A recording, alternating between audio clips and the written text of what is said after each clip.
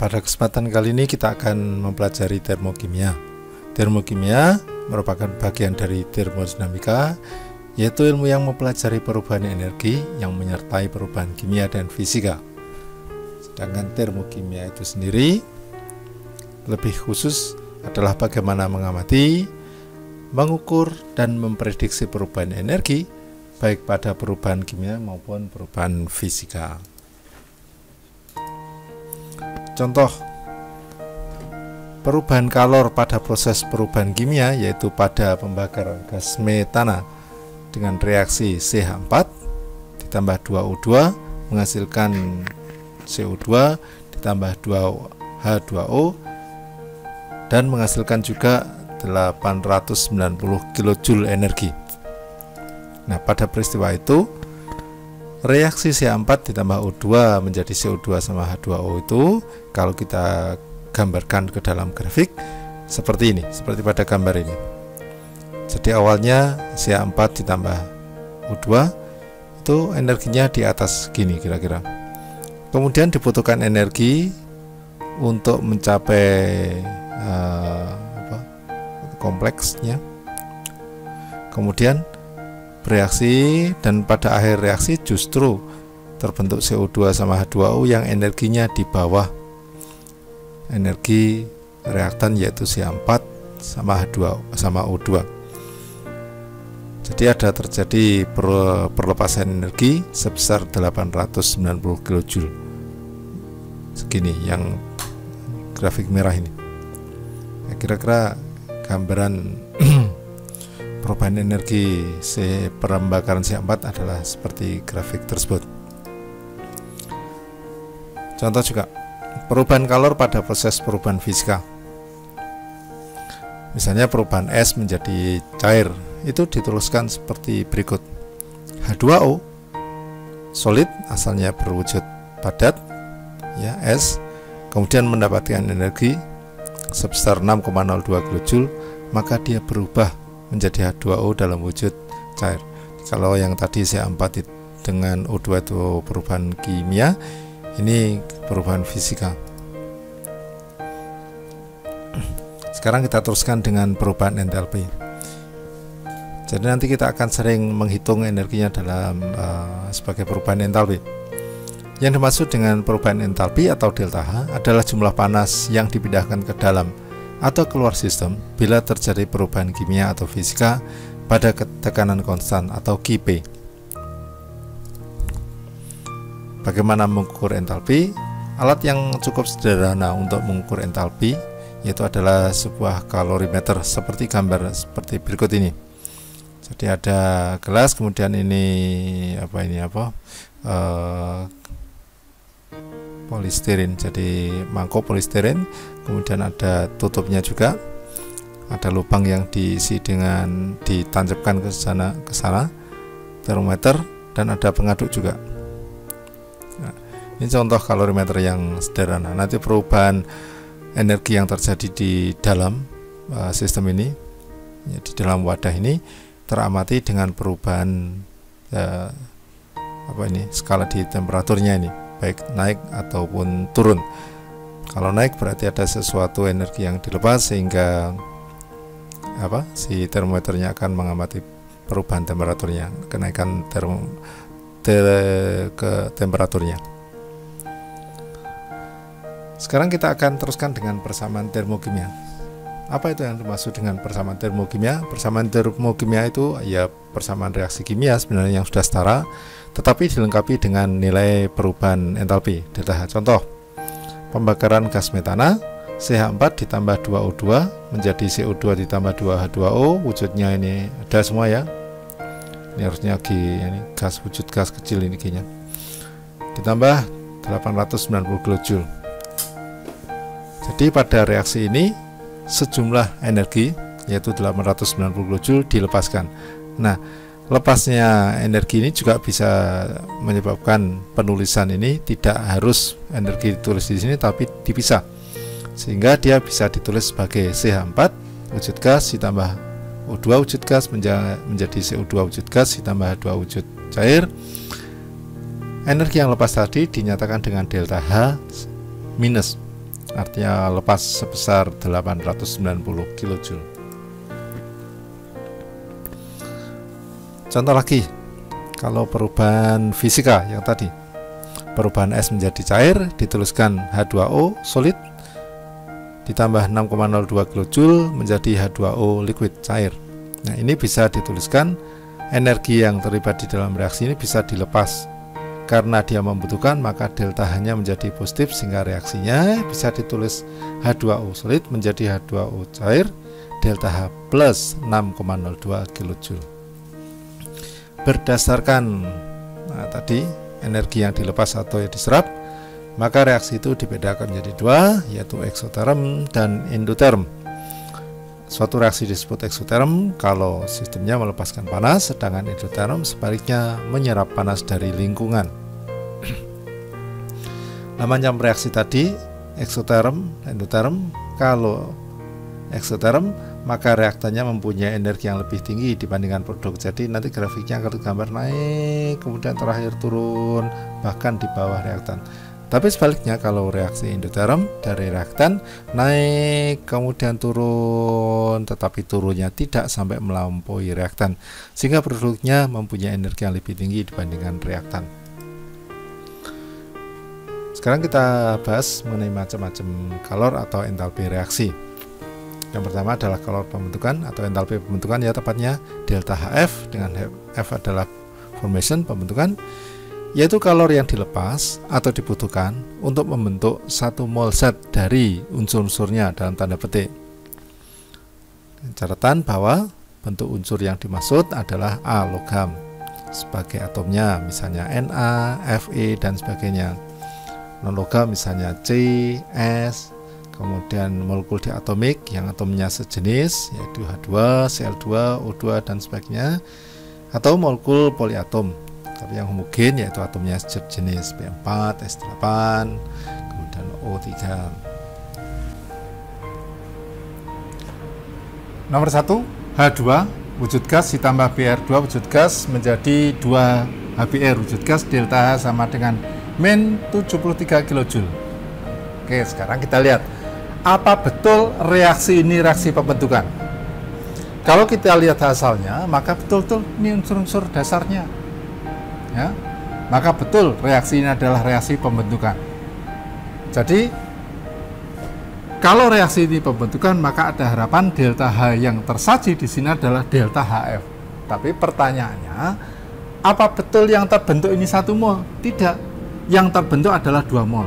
Jadi delta H sebesar min 73 kJ ini untuk 2 mol HBr. Kalau 2 mol itu min 73, berarti kalau 1 mol berapa? Ya 73 dibagi 2. Kalau begitu delta HF-nya satu di bawah aja, berarti delta HF dari HBr-nya sama dengan min 36,5 kJ per mol. Jadi sekian ini untuk 2 mol, berarti untuk 1 mol adalah min 36,5 kJ. Yang nomor 2,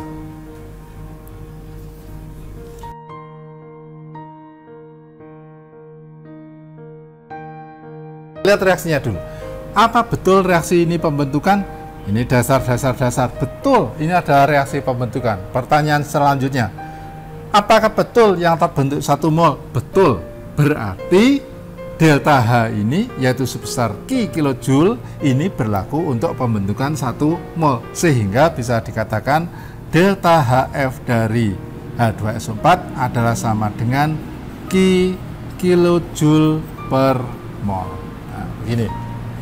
Soal nomor 3.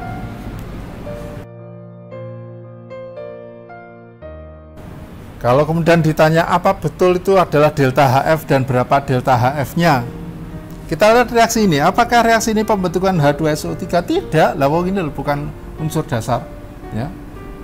Ini SO3 sudah merupakan senyawa. Jadi berdasarkan informasi ini saja, kalau kita ditanya berapa delta HF dari H2SO3, maka kita tidak bisa mengatakan berapa delta HF dari H2SO3.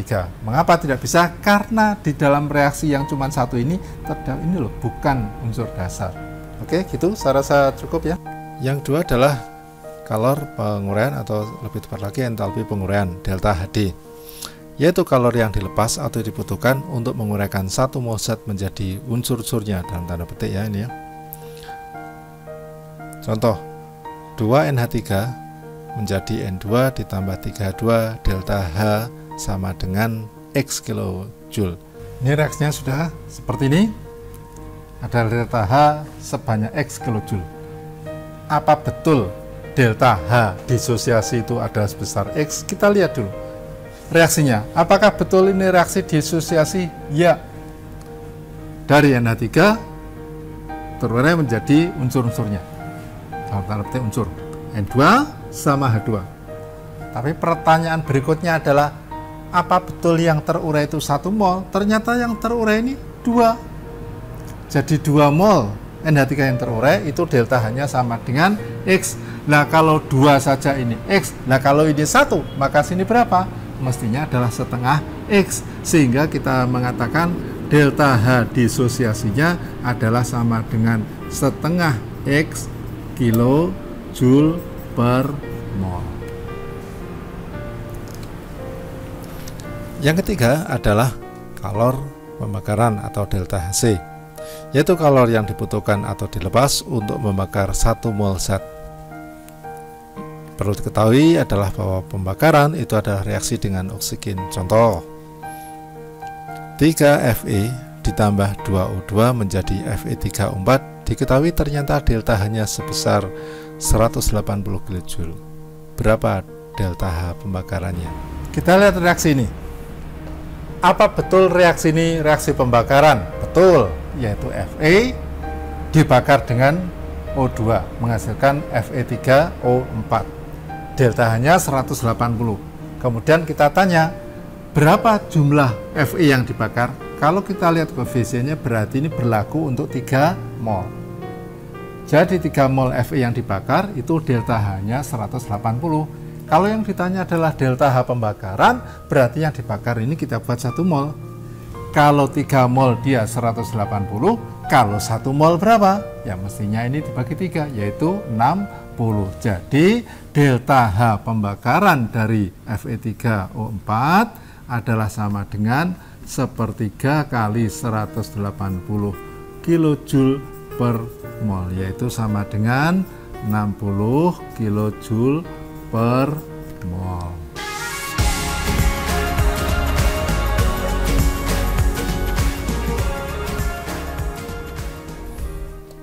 Sekarang kita teruskan dengan hukum Hess.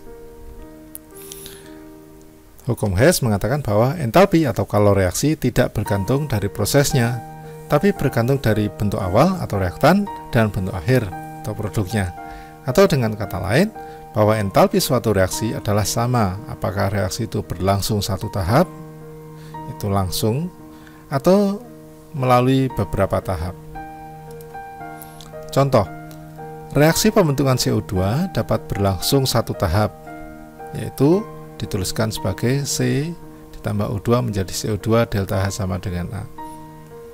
Dan bisa juga ditulis dalam 2 tahap, yaitu yang pertama C wujud solid ditambah dengan setengah O2 wujud gas menjadi CO. Ini delta H, kita sebut saja delta H1 sama dengan B kilojoule. Kemudian tahap kedua CO wujud gas, yang sini ya tadi kurang wujud gas ini, ditambah setengah O2 wujud gas menjadi CO2 wujud gas. Delta H-nya sama dengan C kilojoule. Delta H2 sama dengan C kilojoule. Maka hubungan antara A, B, C adalah bahwa kalau reaksi 1 dan 2 yang bawah ini kita jumlahkan, itu akan dihasilkan reaksi yang pertama. Maka delta H yaitu A untuk reaksi yang pertama itu sama dengan jumlah dari B ditambah C.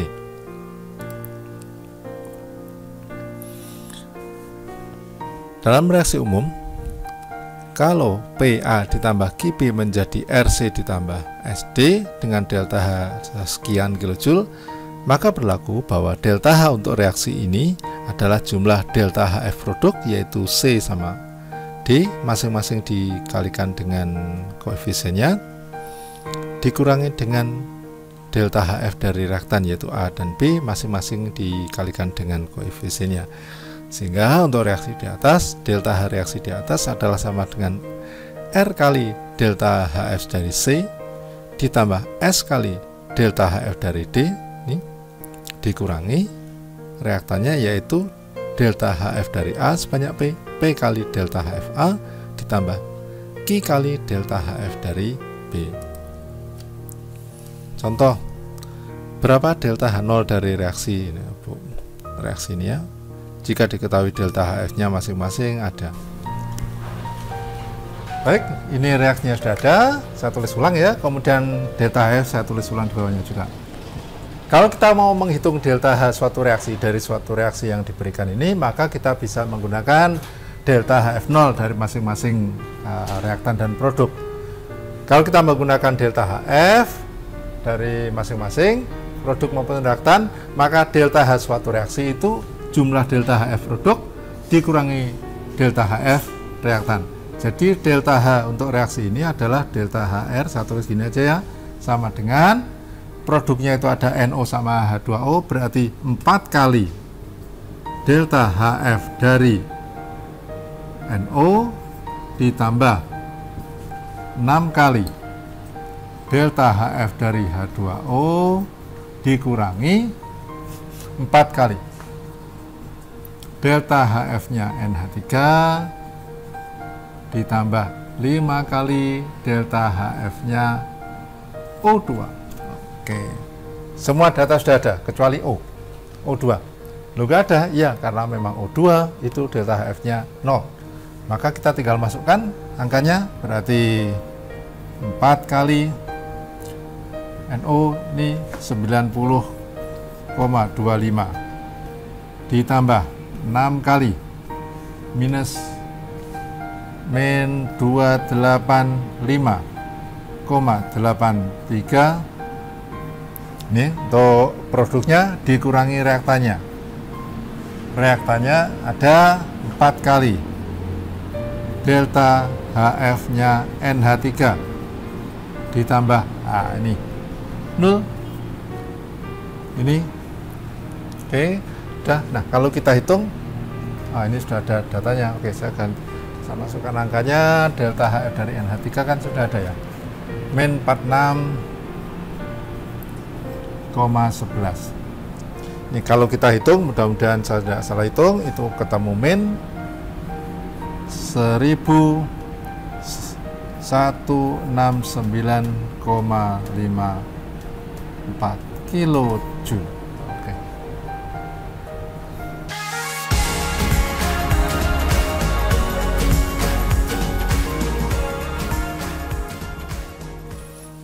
Sekarang kita lanjutkan dengan energi ikatan dan energi atomisasi. Yang disebut dengan energi ikatan adalah energi yang diperlukan untuk memutus satu ikatan kovalen. Sedangkan energi atomisasi, energi yang diperlukan untuk memutus semua ikatan kovalen dalam satu mol zat menjadi atom-atomnya dalam keadaan gas. Contoh, kalau NH3 menjadi N ditambah 3H delta H sama dengan 120, berapa energi ikatan antara N sama H?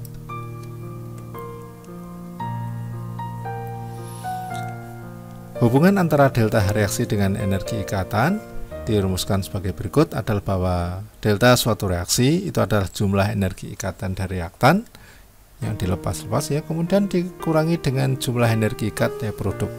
Contoh, diketahui energi ikatan dari BR adalah 192 kJ, FF 159 kJ, dan BRF sama dengan 197 kJ. Maka hitunglah delta H dari reaksi ini, yaitu BR2 dalam wujud gas ditambah 3F2 dalam wujud gas menghasilkan 2BRF3 dalam wujud gas. BR2 ditambah 3F2 menjadi 2BRF3. Diketahui masing-masing ikatan, energi ikat antara BR dan BR 192, F dengan F sekian, BR dengan F adalah sekian. Nah, untuk mempermudah penghitungan dari delta H, maka kita buat ini menjadi strukturnya. BR itu strukturnya kayak gini, BR2, sedangkan F2 ya gini, F dengan F, kemudian BRF3, ini BR, ini F, ini F, ini F. Jadi satu senyawa BRF3 itu ada 3 kali ikatan BR dengan F. Kalau ini 2 berarti 2 kali 3 ada sebanyak 6. Sedangkan F2 itu hanya ada 1, berarti nanti ini dikalikan 3. Oke. Berapa delta H reaksi ini? Itu sama dengan banyaknya derivat yang ada di reaktan dikurangi produk. BR ada sebanyak berapa? 1. Ya, ini 1 kali ini. Ada F2-nya berarti FF ada sebanyak 3. Ini 1 saya ganti angkanya 192. Ditambah 3 kali nilainya F dengan F, yaitu sebanyak sebesar 159 dikurangi BRF3 2 kali, masing-masing ada 3, berarti 6 kali BRF itu 197. Oke, nilainya berapa? Ini kalau kita hitung ketemunya min 513 kilojoule.